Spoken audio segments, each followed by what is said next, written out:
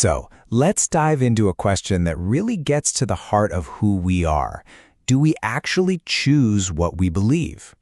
The source material we're digging into today offers a pretty fascinating and honestly a kind of unsettling answer that might just challenge how you see yourself. So let me just ask you, straight up, do you choose what you believe? I mean, think about your deepest convictions, about the world, about right and wrong, about everything. Did you just wake up one morning and decide, okay, today I'm going to believe this, the way you'd pick out a shirt? Our first instinct is to say, yeah, of course, they're my beliefs. But what if that feeling of being in the driver's seat is, well, an illusion? What if belief isn't something you do, but something that happens to you? And that brings us to the core argument from our source, the work of Muhammad al-Muqtarib. He puts it this bluntly: a person has no power to determine their belief. Wow. I mean, that's a radical statement. It suggests that our beliefs are completely outside the reach of our direct control. It's a tough idea to swallow, because it feels like it takes away our agency over the most personal part of us. So, how could that possibly be true? Well, to get it, the source asks us to see the difference between two things. First, you've got actions you directly control. You decide to raise your hand, and boom, it goes up. Easy. But then there are consequences, things you experience. You can't decide to hear a loud bang, you can only be near it, and the hearing part, it just happens. The argument is that belief is in that second bucket. It's the mental conclusion that just kind of arises after you've been exposed to certain ideas or evidence. Okay, so here's a powerful analogy the source uses to make this crystal clear. Picture this. You choose to walk into a forest that you know is dangerous. That's your choice, your action. But then, as you're walking, a snake suddenly slithers onto the path right in front of you. Now, you didn't choose for the snake to be there, right? Its appearance was an involuntary consequence of your choice to walk down that path. And that's the argument for belief. It appears in your mind not because you summoned it, but as an inevitable result of the intellectual and moral paths you decided to walk. So this distinction is absolutely key. On one side, we have our direct will, the things we actively do. Choosing to read a book, deciding to really listen to someone's point of view, raising your hand. We own those actions. But on the other side are the involuntary consequences. After you do all that reading and listening, a conclusion just forms in your mind. An understanding dawns on you. A belief takes root. You can't force yourself to believe something you find illogical, any more than you can force yourself to see the color red when you're looking at the sky. And this, of course, brings us to the elephant in the room, the big, difficult question.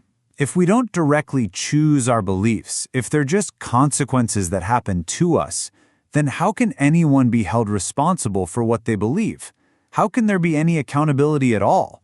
It feels like a total paradox. If it's not my choice, how can it be my fault? And the source tackles this head on. The solution offered is this concept of indirect will. The idea is that, okay, maybe you don't control that final flicker of belief, but you have almost total control over everything that leads up to it. Your real responsibility isn't in that final moment. It's in the entire journey. Your indirect will is basically the sum of all your choices that shape your inner world, the choices that create the very conditions for a belief to grow or to wither away. So what's in this true sphere of control? Well, it's not about forcing a belief. It's about cultivating yourself. It's about your sincerity. Are you genuinely searching for truth, or are you just looking to win an argument? It's about the real effort you put in to check out the evidence. It's about that hard internal work to take down your own pride, your own biases. And crucially, it's about your past actions and your intentions. The argument is that these are the choices that matter because they shape the kind of person who shows up to look at the evidence in the first place. Think about it like this. Our ego, our pride, our deep-seated need to be right, all of that stuff acts like an internal filter over our perception. If your filter is made of arrogance, you might just wave away good evidence without a second thought. If your filter is a powerful bias, you'll twist the facts to fit what you already think. The choices we make, day by day, are either building these internal walls higher or they're starting to tear them down. So our responsibility lies in that choice, to build barriers or to dismantle them. And to show just how critical this internal state is, the source points to a really stark example from Islamic tradition. Think about who society praises most: a brilliant scholar, a heroic martyr, a generous philanthropist. Yet this tradition says they could be the very first to be condemned. But why? Because their actions, while looking amazing on the outside, were rotten on the inside, done for fame, not for God. This just hammers home the core idea. Your internal state, the thing your indirect will controls, is what truly matters, even more than the most celebrated actions. This helps explain that classic puzzle. Why can two people look at the exact same evidence and walk away with completely opposite beliefs? The source says it's about two factors. You have the external evidence, the text, the proof, which is the same for everyone. But the real game changer, the variable, is the person's internal state. You can think of your internal state, your humility, your sincerity, your bias, as a gatekeeper. No matter how powerful the evidence is, it can only get through and change you if that gatekeeper lets it in. And this really boils down to two types of people, two mindsets. First, you've got the seeker. Their goal is simply the truth, and they're ready to submit to it, even if it means admitting they've been wrong their whole life. Their focus is inward, on cleaning up their own intentions. Then, you've got the debater. Their goal is to win. They aren't looking for truth. They're looking for ammo to defend what they already believe. They demand that reality bend to their rules.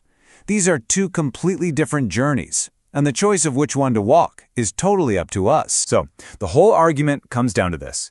You don't have the direct power to just make yourself believe something. You can't flip a switch. But you do have a different, maybe even more profound power, the power to cause belief or disbelief in yourself. And you do that through all your other choices, by building an inner self of sincerity and humility or one of pride and bias.